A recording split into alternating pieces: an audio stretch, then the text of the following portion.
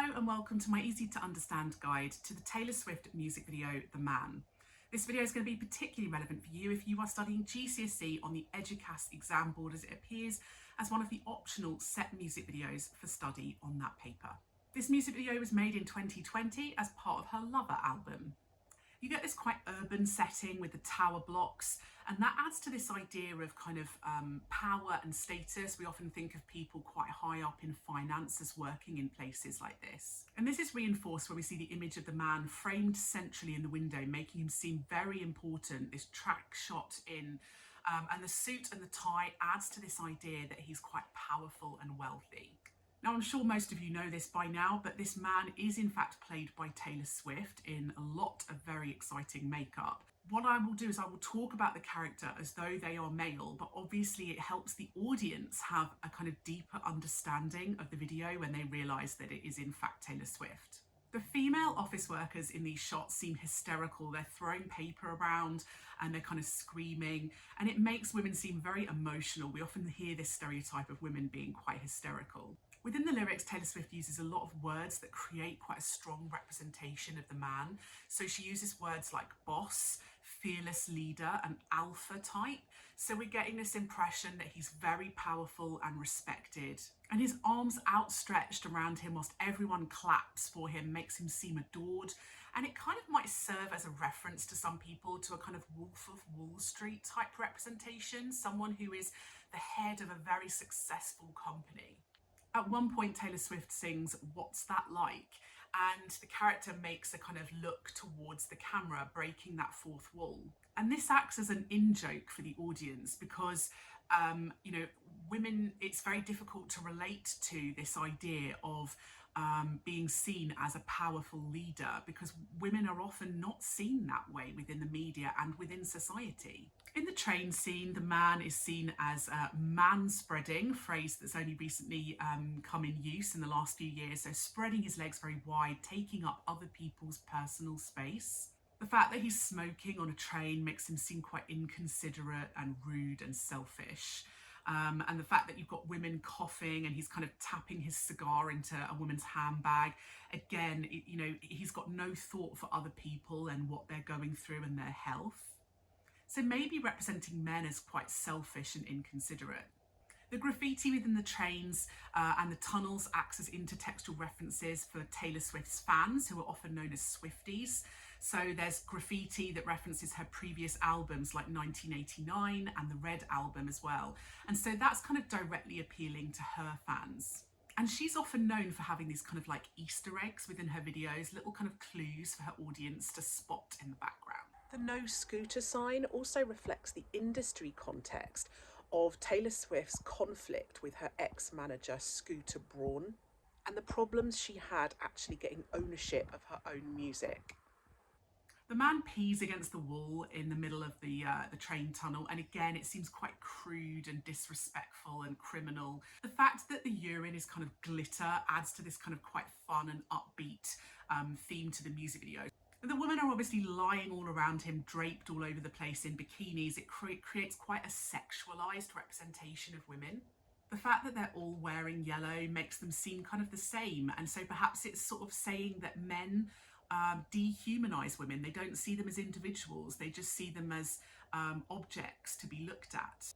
The lyrics often tie in with the visuals of what we're seeing. So one lyric, she says, "If I was rude," and the visuals show the man kind of yelling at the waiter and the staff and being quite rude and abusive. He gives a champagne toast. Again, this representation of men being wealthy and successful and all the women cheering, kind of representing the way that men are often idolized within society and they want that kind of adoration from women around them. She uses a lot of references to things that audiences might understand from social cultural context. So she sings "I'd be just like Leo in Saint-Tropez." And so this is obviously referencing Leonardo DiCaprio, who quite famously is often seen on yachts and on holidays with very young, very beautiful women, less than half his age. And so kind of referencing the way men often date women for their appearances and their youth and their beauty, and the way that men aren't often judged for that. The fact that he's seen as a player, seen as somebody to be looked up to because of the beautiful women that he manages to date. And she's kind of drawing attention to the double standards where if a woman were to do that and date a man much, much younger than she was, that women would be treated differently for that. The man gets up and leaves a semi-naked woman in bed and walks away. And again, this reflects this idea that men are often seen as players and they're often looked up to for this. They're not emotionally connected to their sexual partners. The fact that he's got a portrait of himself on the wall, again, it adds to this feeling that men are quite egocentric. We get these quite surreal images here of him running through a corridor, kind of high-fiving hands that are coming out of the wall.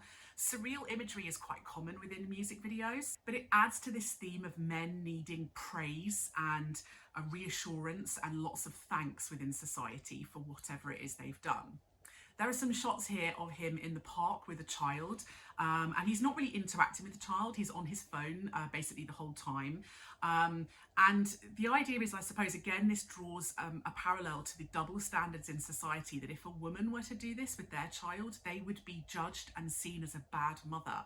But the fact that in this scene, the women in the park are praising him just for being there with his child, they seem quite impressed by him.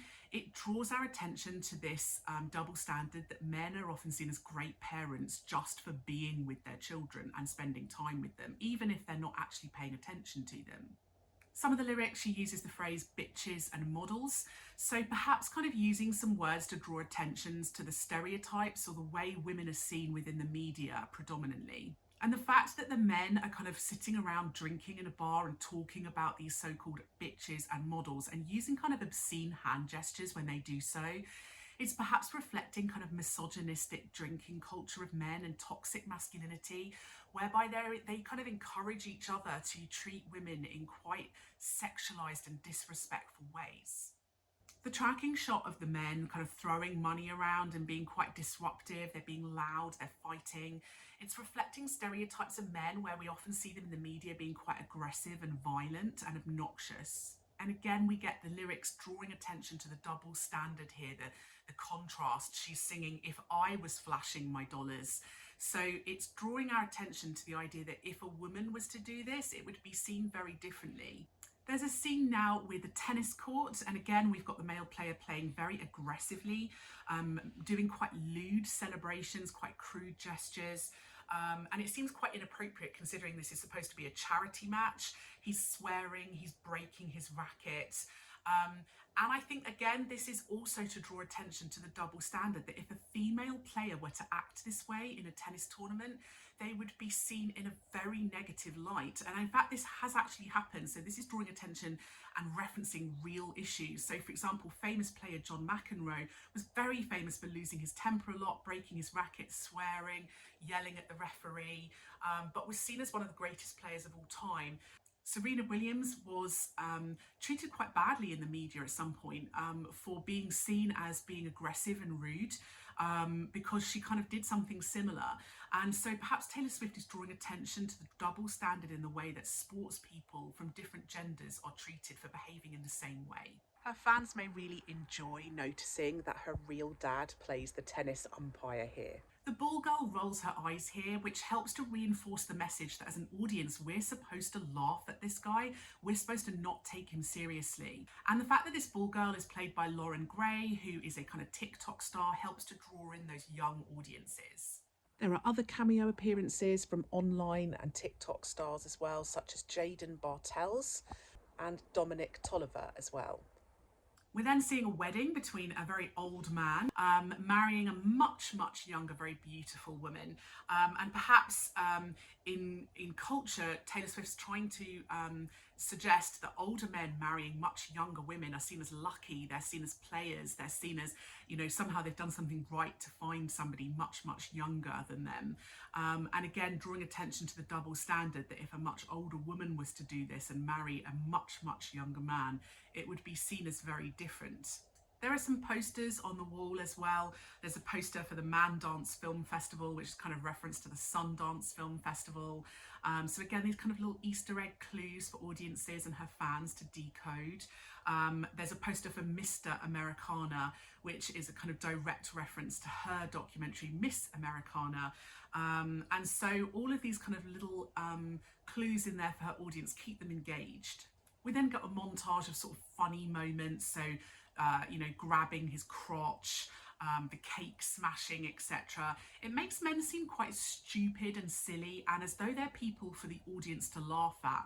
And I guess this all ties into the fact that Taylor Swift's audience is predominantly women, and therefore having these representations of men being quite negative, it kind of makes sense, because it's the video is designed to target women. We get this cut sound then, and the kind of non-diegetic music video track stops, and then we're in the kind of so-called real world where the camera tracks back and we realise we're on a set. There's a comedy moment here where the person playing the tennis star has a very, very deep voice, very unusual, not what we're expecting, so that adds to the kind of comic feel of the video. The voice of the man is Dwayne "The Rock" Johnson, which adds to the humour as well. He's an actor that's very famous for comedy, but he's also an actor that's very famous for having this ultra hyper masculine look, very muscular, very tall, very broad, doing a lot of action movies. So having him kind of do this kind of deep masculine voice, it kind of adds to the comedy value. And she's giving directions to the actor. So she's saying things like, try to be sexier and more likable. And this is very reflective of Hollywood and the way that women are often treated in the media as actresses, as stars, being told to be sexier, more beautiful, etc. And the kind of directions that male directors often give to young actresses. And this very much reflects the social cultural context of the Me Too movement that was happening in the media at the time. You do get a behind the scenes ending to the video, which a lot of fans love because it makes them feel very involved and they feel like they're getting to see the real kind of way the video was made. The fact that we get to see all of the amazing special effects makeup that went into this, that adds to that extra layer of meaning when we realise it's Taylor Swift all along. It adds to the comedy, and it means that audiences will want to go back and re-watch the video now that they realise it's her. Of course, the director's chair that we see behind the scenes and these credits here at the end all paint Taylor Swift as somebody in charge, in power, and in control. The text that says no men were harmed during the making of this music video, again, it adds to the kind of comic feeling and makes the audience laugh a bit. But it also dehumanises men, because we often see that in movies when they're talking about like no animals were harmed in the making of this. It's almost comparing men to animals and kind of makes them seem less human.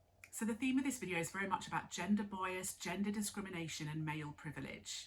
In some aspects it is quite unconventional because the music video doesn't have any kind of performance aspect with Taylor Swift actually performing for the camera. The political messages in this video really do reflect Taylor Swift's own political standpoints. She's well known for having quite feminist outlooks. She's often kind of campaigned online for more gender equality and less discrimination.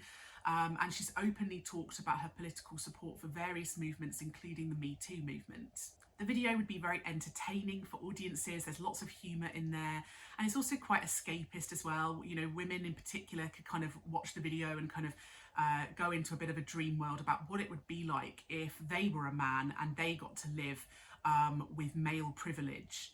And of course, a lot of women would find this very relatable. They could identify with a lot of the ways that women are treated differently in this video. It does, of course, mean that not every audience is going to like this video. Male audiences in particular may feel that this video dehumanises them and kind of makes them out to be quite villainous. And so there are going to be audiences who don't enjoy the representations. So that was my easy to understand guide to the Taylor Swift music video, The Man. Don't forget to subscribe to my channel for other videos that are going to be relevant for you. And if you would like a video that I don't already have, leave a little comment below and I'll see what I can do.